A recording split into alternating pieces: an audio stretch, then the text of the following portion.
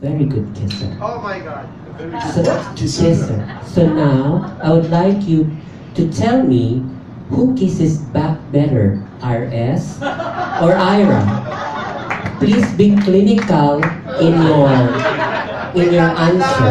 No, no, I'm going to say the truth. Okay. What happens is, during rehearsal, we never really kiss. We keep that thing for the show when we're in front of the audience. So I haven't yet really kissed Ira. You wanna do it now? There. Dapat palaban si Song Lily. So, to answer your real question, for the moment, I have to say, RS. He's the better kisser. But more to come. February 15. Yeah, he'll find out February 15 who kisses better, and She will be my and you post it in your Facebook. The other woman. Okay, Bernsan. Sorry. One more. Sorry, For yes. Sorry, For sorry. Iris.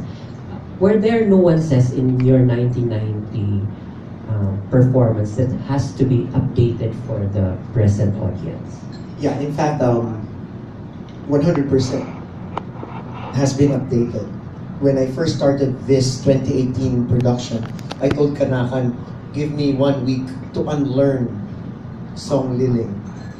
I mean, of course, the lines I have to know, but the blockings of before, the nuances of before, the characterization of before, kailangan tanggalin ko. And, you know, it's funny because when I did the 1990, I honestly, personally feel that I could have done more. The press at the time was so kind to me, was so nice. They were raving, they were congratulating me and all, but deep, I'd say thank you. I would acknowledge and say thank you. But deep inside, I was telling Jet this, I knew I could portray Song in a better, I feel, at the time, I felt I was so young. Si Song Liling is not 18 years old. Song is 30-ish, 40-ish. For him to carry out a 20-year affair, how could you be 18 years old? So I felt that I was too young in 1990. So I told Kanakan, when I go, Kanakan, give me 1 week. Kakalimutan ko yung buong Song Liling ko. And then inject to me a new Song Liling. So, how much nuances na tinanggal ko from my previous? 100 lahat. It's a totally different Song Liling from way back.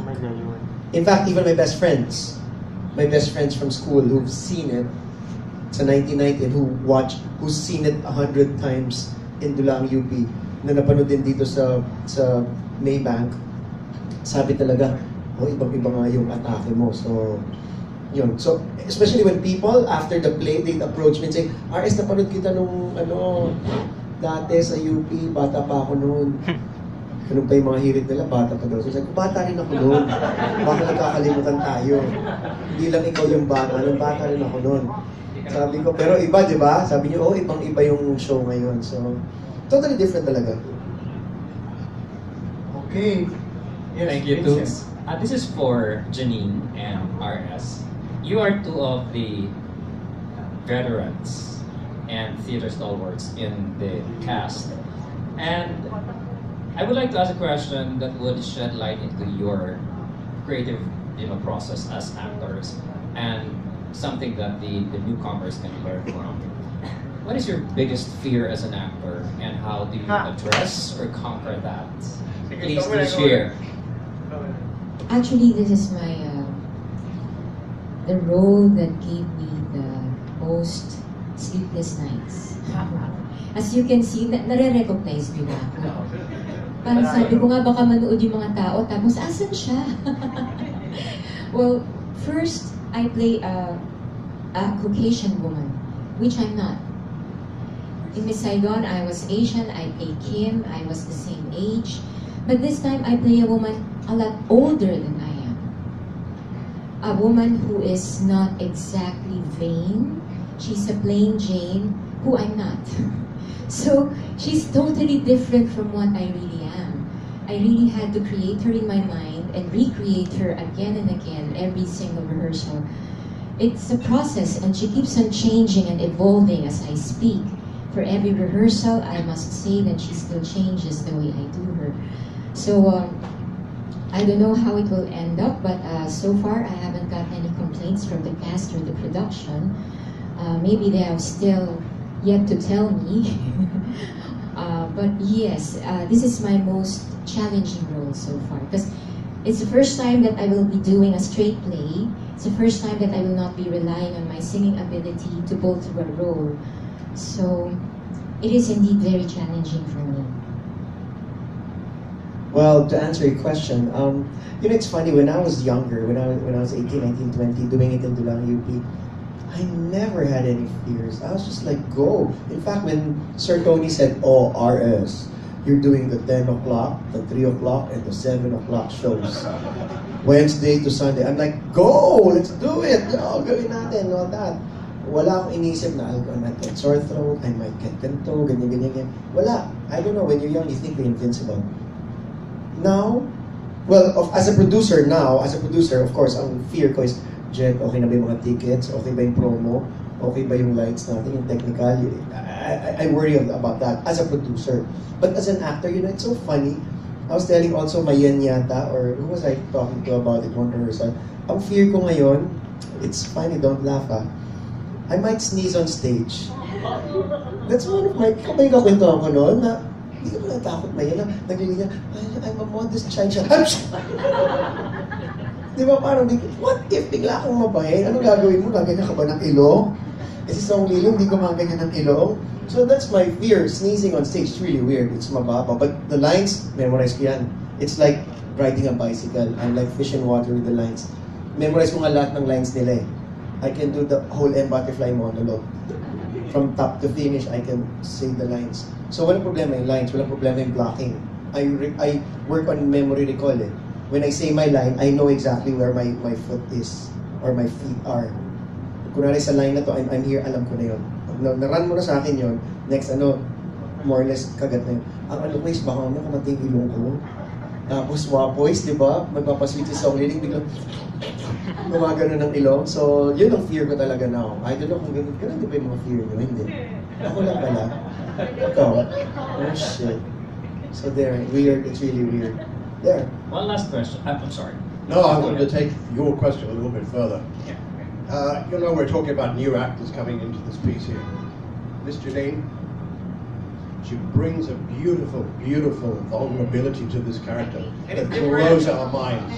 So it's been a pleasure watching this lady work. And it's really different, I've seen it. It's so different, right? So different. I'm sure Yes. about that. My one last question is for Ira.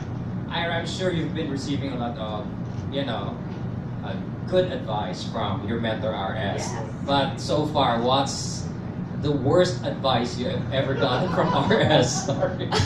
There's a lot. The worst Wait lang. I guess yung sa guy. So, I'm adjusting pa dun. Kasi meron akong mentality for guy na very, very, very, like yung hip-hoppy, ganun. Kasi nga, I'm a millennial. So, pagka I'm doing act 3, ang ginagawa ko, pagka nagigigil ako sa row, pagka nagagalit na ako, pagka punong-puno na ako ng intensity, ganito lagi, ang itsura ko is, yes, like, I'm squeezing my jaw. Tapos yun yung ang pangit-pangit on stage. Tapos si Sir RS sabi niya, Ira, unlearn this. He keep on doing that. So unlearn this. Tapos hanggang sa, I'm trying to... Ano sabi ko? Unlearn it. Mukha akong child's play. Mukha akong si Chucky. Ganun. Pero wala natin ang ganun. Parang monster, no? Sabi ko, parang monster. Yeah, to add lang kay Janine, no, when we got her as sabi ko sa kanya, how vain are you? Sabi niya, not at all. Sabi ko, oh, I already love you because I really want Helga to be unlikable. Na talaga kasi yung role niya, pinatulan na siya ni Galimar just to step up sa ano niya for convenience. So, kasi siya talaga ang undesirable woman sa ano. Then Janine, look at her in that roll up. So, yun. So, she will be unglamorized talaga. So, I love that about her. No vain. I'm not saying anything about that. This is Janine, and she's going for the role and for the character. She was very likable. Okay, I'm very sorry. We have to cut short the press con.